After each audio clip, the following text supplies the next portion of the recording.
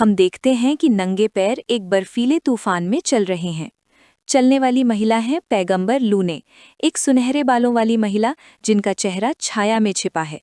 एक सफेद पोशाक के ऊपर एक गहरे रंग का लबादा ओढ़े हुए और हाथों में भारी जंजीरें बंधी हुई वो साहसपूर्वक फांसी के मैदान की ओर बढ़ रही हैं, अपनी मौत का सामना करने के लिए।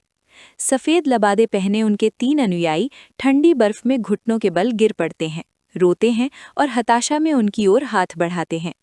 लूने रुकती हैं और उनसे कहती हैं कि जैसा कि पुराने धर्म ग्रंथों में कहा गया है, जब चरवाहे पर प्रहार होता है तो भेड़ें तितर-बितर हो जाती हैं। वो उन्हें चेतावनी देती हैं कि वे सभी अंततः उन्हें छोड़ देंगे।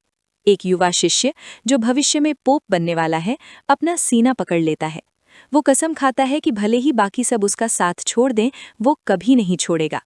लूने शांति से उसके वादे का जवाब एक चेतावनी के साथ देती हैं। सुबह मुर्गे के बांग देने से पहले वो 3 बार उसे जानने से इनकार करेगा।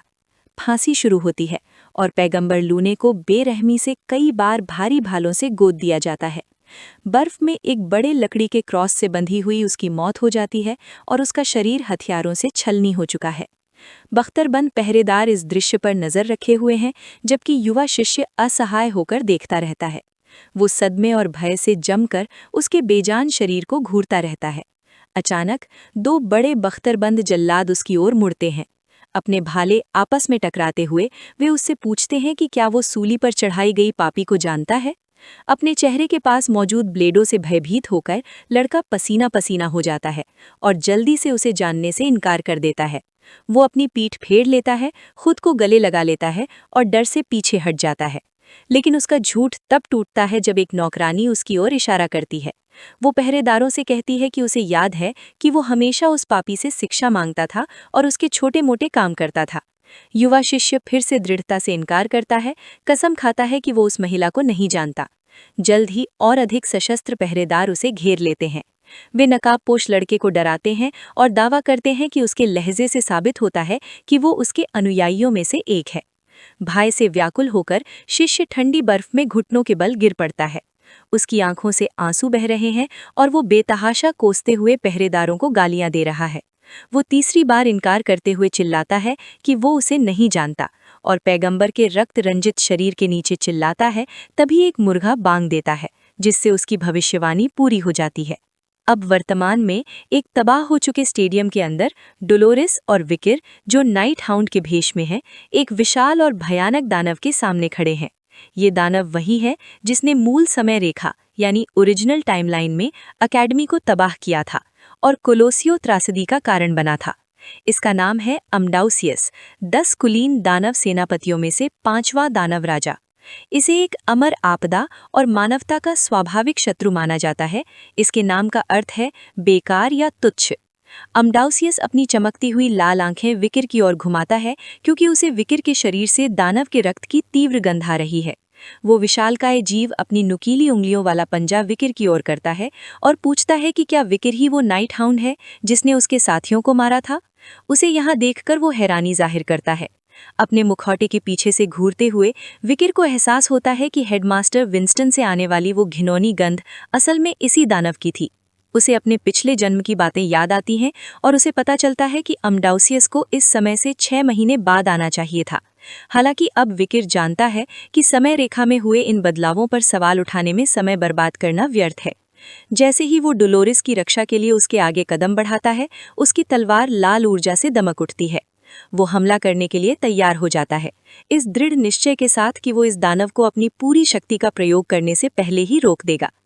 अपनी चमकती हुई लाल आंखों को एकाग्र करते हुए विकिर अपने शत्रु का बारीकी से निरीक्षण करता है। उसे हेडमास्टर विंस्टन और अम्डाउसियस की आत्माओं के बीच का जुड़ाव बिंदु स्पष्ट रूप से दिखाई देता है, ठीक वैसे ही जैसा उसने पहले कैमिस और सेरे के मामले में देखा था। विकिर पूरी गति से आगे बढ़ता है, उसकी तलवार लाल रंग से दमक रही होती है और वो बास्करविल परिवार की 7वीं विशेष तकनीक का प्रयोग कर देता है। जैसे ही वो दानव की ओर लपकता है, दानव मन ही मन सोचता है कि उसका कमजोर और अतीत का स्वरूप तो इस हमले से आसानी से मारा गया होता, परंतु विशालकाय अम्डाउसियस अपनी मुट्ठी पीछे खींचता है और उसकी पूरी भुजा नीली ऊर्जा से भर जाती है।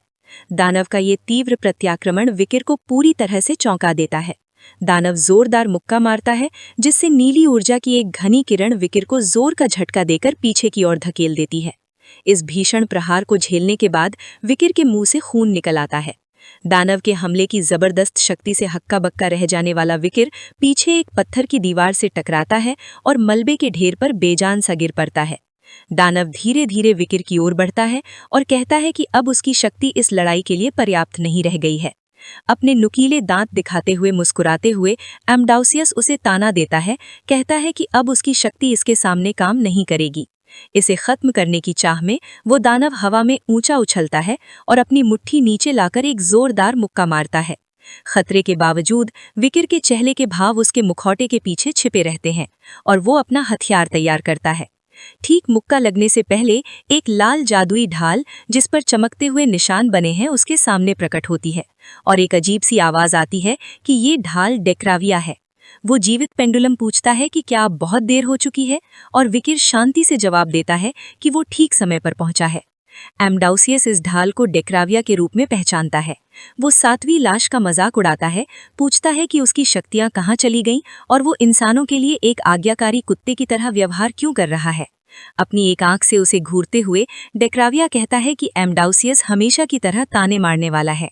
हालांकि डेक्राविया थोड़ा घबराया हुआ लगता है और पूछता है कि एम्डाउसियस को ऐसा क्यों लग रहा है। अलग। जैसे ही नीली ऊर्जा उस जानवर के चारों ओर घूमती है, डेक्राविया पूछता है कि क्या उसे उसमें से मार्क्वेस ऑफ डिसहार्मनी की शक्ति महसूस हो रही है। पास ही डॉलरस मलबे के बीच खड़ी है। इस अफरा तफरी से हैरान होकर वो चुपचाप विकिर को उसके दूसरे नाम सर वैन से पुकारती है, ये महसूस करते हुए कि वो उससे अलग हो गई है। उसके चेहरे के भाव डर से बदलकर दृढ़ता में बदल जाते हैं। वो तय करती है कि वो बस खड़ी नहीं रह सकती और मदद करने के लिए जो कुछ भी कर सकती है उसे करना ही होगा। डॉलरस हेडमास्टर विंस्टन की ओर मुड़ती है और उसकी छाती में जड़े हुए चमकते हुए बैंगनी रंग के दानव हृदय को घूरती है।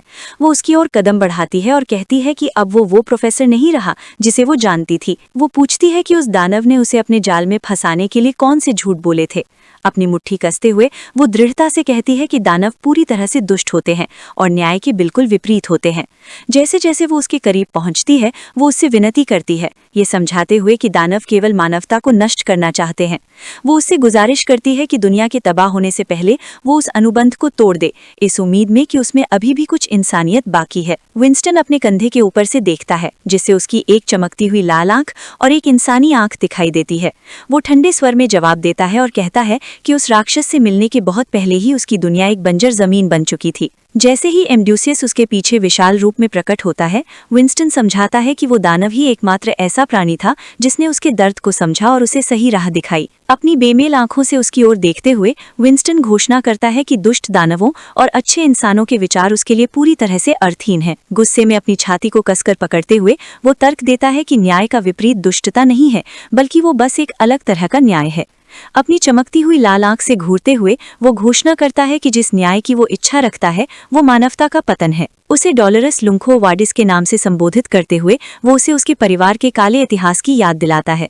वो कहता है कि वो उस शिष्य की वंशज है जिसने ईश्वर को 3 बार नकार कर जीवित बच गया था। डॉलरस चुप रहती है, जबकि विंस्टन पूछता है कि उसके वंश का कोई व्यक्ति इंसानों की रक्षा क्यों करेगा, ये जानते हुए कि इंसान कितनी नीचता तक गिर सकते हैं। उसकी बातों के बावजूद डॉलरस पलटकर जवाब देती है। वो कहती है कि घोर निराशा के क्षणों में भी इंसानों में ये विश्वास करने की शक्ति होती है कि वे आगे बढ़ने के लिए सबसे सही रास्ता चुन सकते हैं। विंस्टन उसकी बात को सिरे से खारिज कर देता है और ऐसे अंधे विश्वास का कोई औचित्य होने पर ही सवाल उठाता है। वो बेहोश पड़ी प्रोफेसर सैडी की ओर इशारा करता है। वो पूछता है कि क्या डॉलरस को लगता है कि जिस औरत ने अकेडमी को बर्बाद किया उसने सबसे सही रास्ता चुना था। डॉलरस चुप हो जाती है और पीछे मुड़ जाती है, जबकि विंस्टन अपना क्रूर इम्तिहान जारी रखता है। काले जादू का इस्तेमाल करके विंस्टन एक बुरी तरह घायल आदमी को हवा में बहुत ऊपर उठा देता है। वो आदमी म्यूटेट हो चुका है और उसके शरीर में नीले क्रिस्टल चुभे हुए हैं। विंस्टन उस आदमी से पूछता है कि वो इस अपराधी के बारे में क्या सोचती है। विंस्टन उस आदमी को जोर से पत्थर के फर्श पर पटक देता है, जिससे जमीन टूट जाती है। डर के मारे डॉलरस अपने मुंह पर हाथ रख लेती है। जब विंस्टन उससे पूछता है कि क्या उसे अब भी लगता है कि ये अपराधी सही रास्ते पर चल सकता है, जैसे ही धूल छटती है वो घायल आदमी घुटनों के बल उठने की कोशिश करता है। उसके बाल भूरे हैं, दाढ़ी है और उसका पूरा शरीर क्रिस्टल से ढका हुआ है। उसका चेहरा देखकर डॉलरस हैरानी से हकलाने लगती है, क्योंकि वो उस राक्षस को अपने ही पिता के रूप में पहचान लेती है। ये वीडियो का अंत है। अगर आप लोग अगला भाग देखना चाहते हैं तो हमारे चैनल को सब्सक्राइब करें।